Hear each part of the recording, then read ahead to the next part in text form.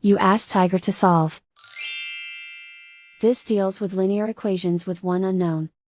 The final result is x equals 3. Let's solve it step by step. Simplify the expression. Expand the parentheses. Multiply the coefficients. Simplify the arithmetic.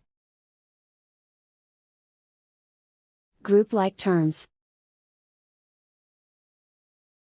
Combine like terms. Group all constants on the right side of the equation. Add 12 to both sides. Simplify the arithmetic.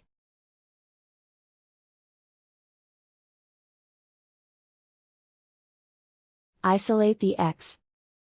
Divide both sides by 23. Simplify the fraction.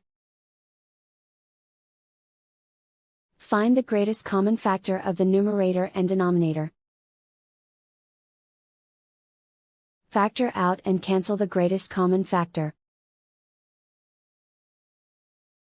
And so the final result is x equals 3.